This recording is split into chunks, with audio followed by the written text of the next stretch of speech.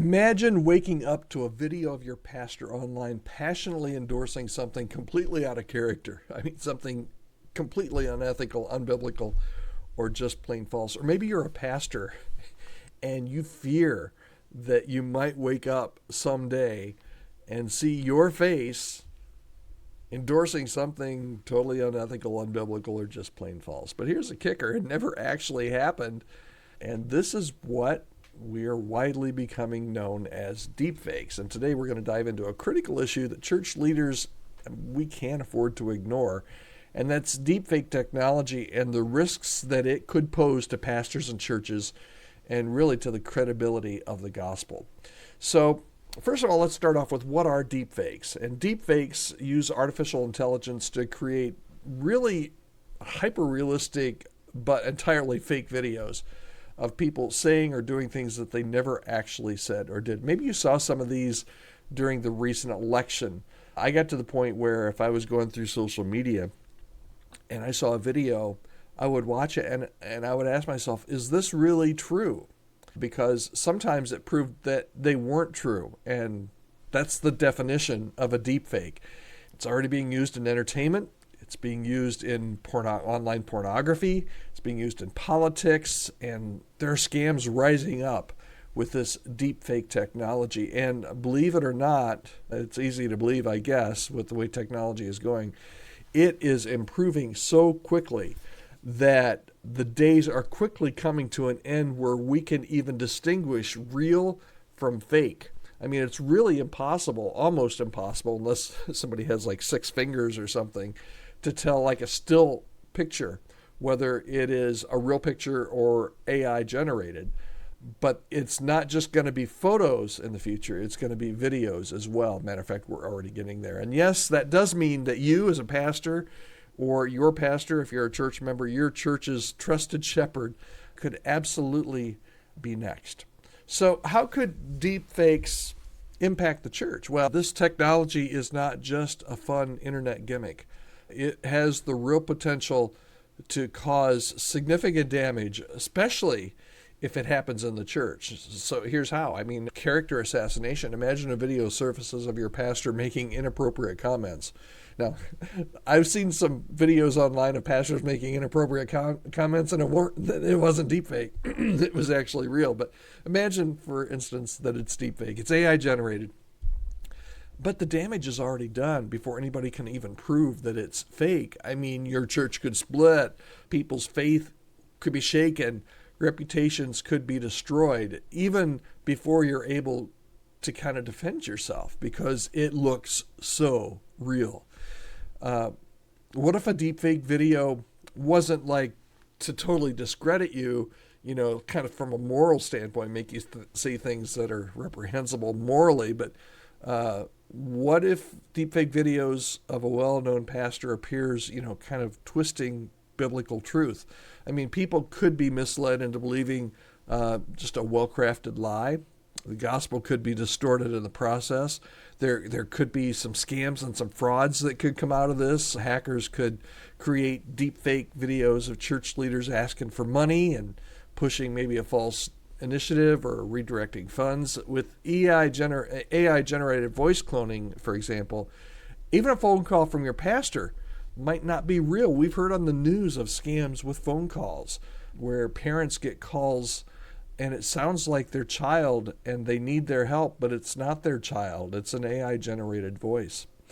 But one of the big things that these deepfake things do, and if they're directed at a pastor or a church leadership, it's definitely going to do this. But just overall, in general, in our culture, deepfakes really erode trust. And if people can't trust what they see or what they hear, it really becomes a crisis of conscience and a crisis of confidence. Even real videos of pastors preaching truth could be dismissed as AI fakes. So it's not even the deepfakes that people think are true. It could be the real videos that people think are deepfakes. It creates this huge crisis of confidence where we just don't know what's real anymore.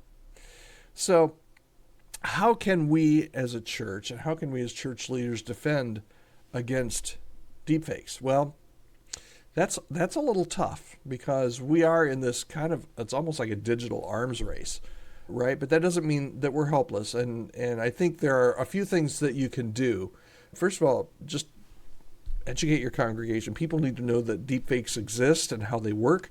Now, I'm not saying that this is something you have to like do a whole message or a whole series on. Don't do that. But I think these are things that you can move as illustrations in some of your messages. A well-informed church is far likely to fall for deception. And then the other thing you can do, I think, is verify and encourage your people to verify before they share.